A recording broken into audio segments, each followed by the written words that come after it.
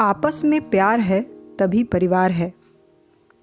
एक गांव में एक सुखी परिवार रहता था। उस परिवार में 3 भाई और एक बहन थी। उनके माँ बाप उन चारों से बेहद प्यार करते थे, मगर बीच वाले बेटे से थोड़ा परेशान रहते थे। बड़ा बेटा पढ़ लिख कर डॉक्टर बन गया था और छोटा बेटा भी पढ़ लिख कर इंजीनियर बन गया था, मगर बीच वाला बेटा बिल्कुल गंवार और आवारा किस्म का था। कुछ समय बाद उनके दोनों बेटे डॉक्टर और इंजीनियर ने शादी कर ली और महीनों के बाद ही इनकी बेटी का भी एक अच्छे घराने में विवाह हो गया। मगर बीच वाला बेटा अभी भी कुंवारा ही था।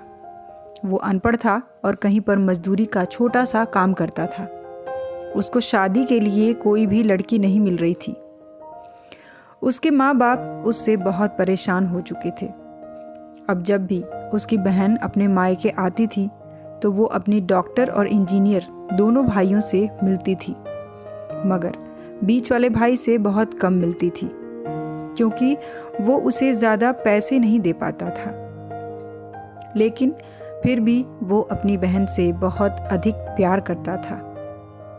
कुछ समय बाद उनके पिताजी के बीच वाले बेटे की बिना शादी किए भी मृत्यु हो गई। उनकी माँ ने सोचा कहीं अब किसी के मुंह से बंटवारे की बात न निकले, इसलिए अपने ही गांव में एक सीधी सादी लड़की से मझले बेटे की शादी करवा दी।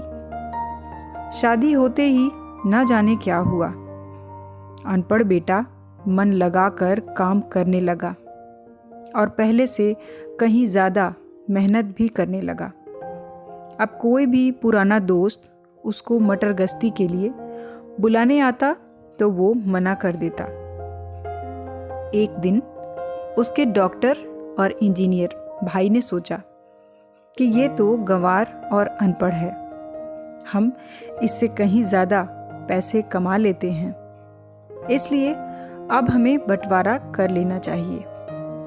माँ के लाख मना करने के बाद भी दोनों बेटों ने बंटवारे की तारीख तय कर दी और उन्होंने अपनी बहन को भी बुला लिया। तभी उनका गंवार भाई कहता है कि तुम लोग बंटवारा कर लो, मुझे जो बचे वो दे देना या ना देना, मैं शाम को आकर अंगूठा लगा दूंगा। तभी उसकी बहन कहती है, अरे बेवकूफ़, तू तो हमेशा बेवकूफ़ ही रहेगा। ज़मीन का हिस्सा तो आमने सामने बैठकर होता है। और उसकी माँ भी उसे काम पर जाने से रोकती है। उसी वक्त वकील भी वहाँ आ जाता है और कहता है कि आपका सारा हिस्सा मिलाकर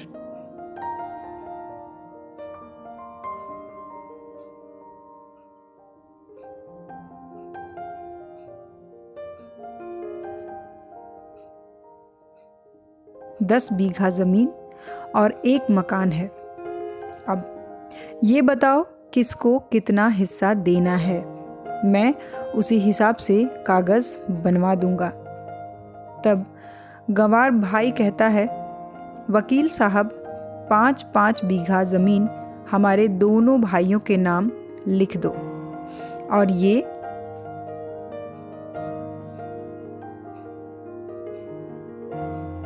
हमारा घर है, मेरी प्यारी बहन के नाम कर दो। तब दोनों भाई पूछते हैं कि तू अपने हिस्से में क्या लेगा? गंवार भाई कहता है कि मेरे हिस्से में मेरी प्यारी माँ है। वो अपनी पत्नी की तरफ मुस्कुराते हुए कहता है, क्यों, क्या मैंने गलत कहा? उस गंवार और अनपढ़ की पत्नी अपनी सास से लिपट कर कहती है, माँ से बड़ी वसीयत क्या होगी मेरे लिए। उसी वक्त उसका गंवार पति भी अपनी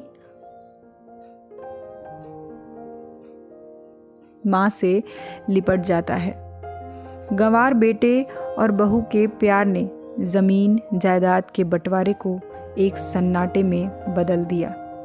तभी बहन अपने गंवार भाई के गले लगकर लिपटकर रोते हुए कहती है कि माफ़ कर दो भैया, मैं आपको सम्मान नहीं दे सकी। तभी उसका भाई कहता है, मेरी प्यारी बहन, इस घर में जितना अधिकार हमारा है उतना ही तुम्हारा भी है। और रही बात बंटवारे की, तो बंटवारा नहीं करने से जीवन खत्म तो नहीं हो जाएगा। क्यों करते हम बंटवारा? क्या हम एक साथ मिलकर नहीं रह सकते, जैसे हम बचपन में मिलकर खेलते थे?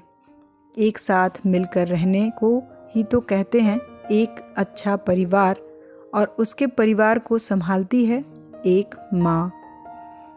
तभी उसके